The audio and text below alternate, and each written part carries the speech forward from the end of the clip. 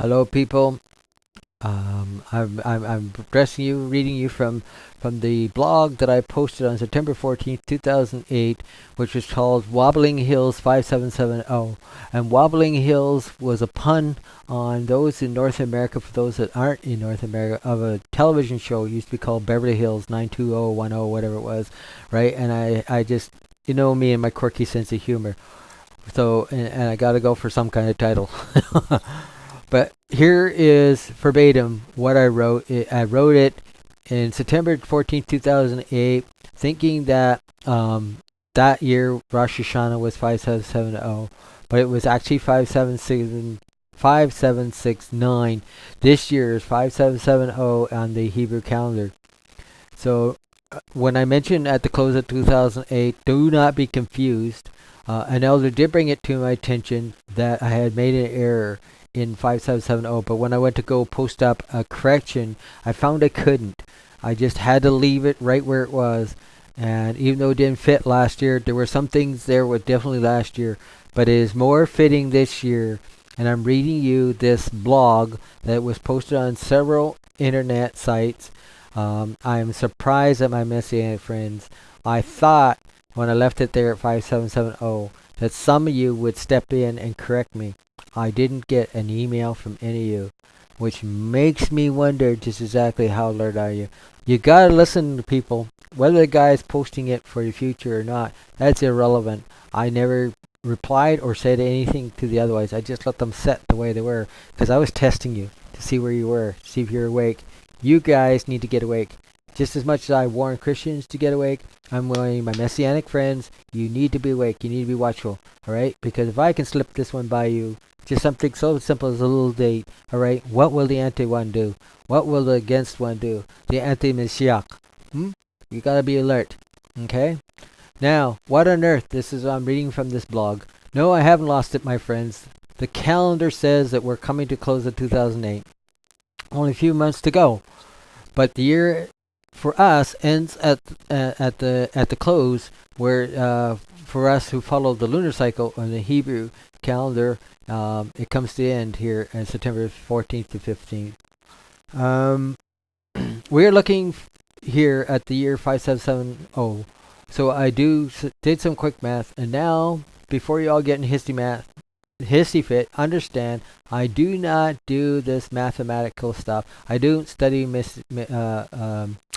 mathematics, numerology to predict. All right, I don't use it predict. All right, but I do try to understand what is entailed, what I'm looking at, and particularly the year ahead. At first, I went to the typical male approach and added my numbers 5 plus 7 plus 7 plus 0, 5770, and I came to 19. Now, I use a base 12, all right, or a factor of 12. I want to go up to the section of 12. I don't use base 9, 1, 2, 3, 4, 5, 6, 7, 8, 9, 0. I don't use the base 10. I use the base 12 of calculation, all right? So I go up to 12, and then I re-add everything over. So 19 has to be added. So 9 plus 1 equals 10, and 10 is the number based for law and judgment. Eek, I think. Oh my goodness, this is not good. All right, we're in a point where law and judgment is about to be leashed on the earth. And then I happened to glance at it a second time, and I realized this year 5770 ends in 70. That's 70. And when I took the courses in interpretive numerology, I understood that 70 isn't added because it means something. So I looked up the number 70, and guess what? It's assigned to, the number is assigned to mean committees and governments. So again, this is not good. So we have a 10 of law and judgment before committees and governments, all right? So there's going to be a lot of committees and governments, and they're going to pass judgment upon of turmoil. And indeed, as the new year enters, our nations are either in going to the polls or are in turmoil. Even here in Canada, we're in an unstable government. It could go at any moment. We have seen an increase in unrest in all the world.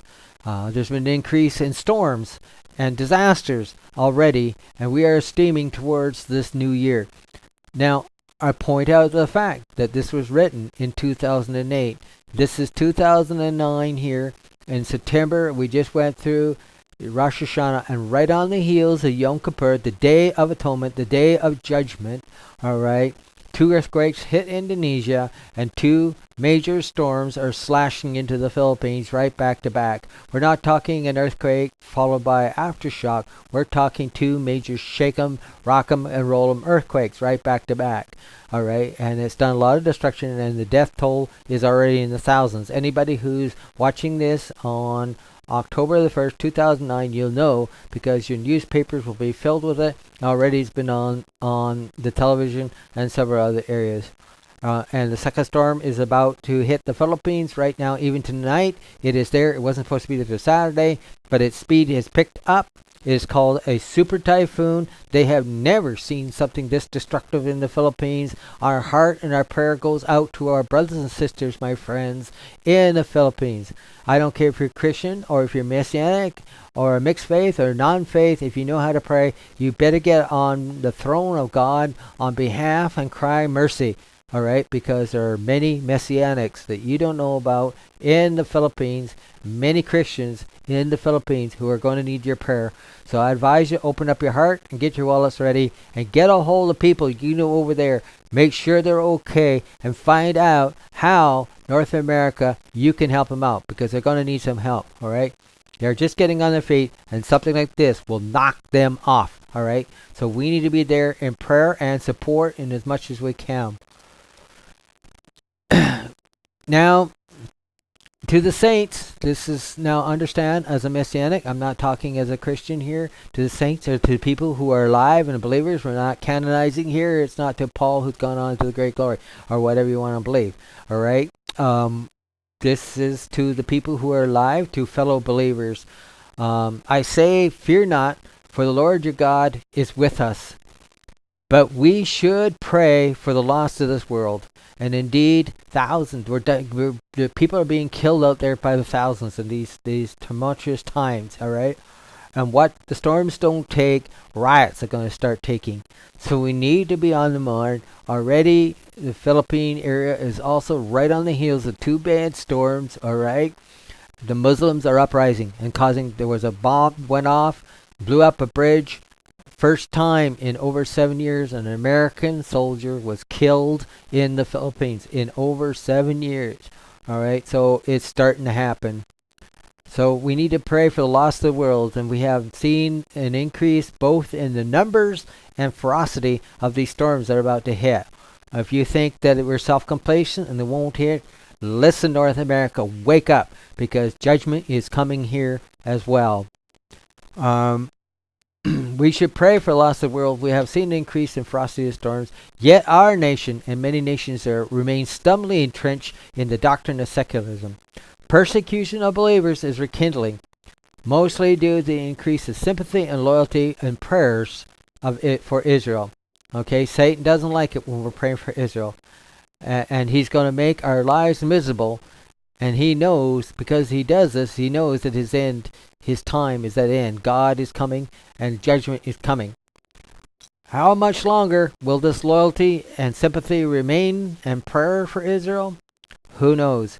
All right, time is going to tell. Already, I wrote this 1 year ago, and here it is, not even a year later. All right, just past the year mark, but even before the year was in, Obama took a stand, and the first time in the United States since the formation of Israel turned its back on Israel and won't support it. But I do appreciate those that are still with us and praying for the peace of Jerusalem. But look out, because the heat's about to be turned up as they rekindle the fire. What if you say, what will you do if you're thrown into that fire? I ask you to remember, and this is what the blog says, Shad, Mesh, and Ab. What do I mean by that? Shadrach, Meshach, and Abednego in Daniel, when the fire was turned up and they wouldn't bow down to the world system, and they wouldn't renounce God, and they wouldn't bow to an idol, they were thrown into the fire. But their testimony was, the Lord our God will deliver. So you heard it from me. The Lord our God will deliver. Remain ever watchful. Do not fear. Continue in prayer. And oh yeah, one more thing before I go. Remember, watch out for that exit sign.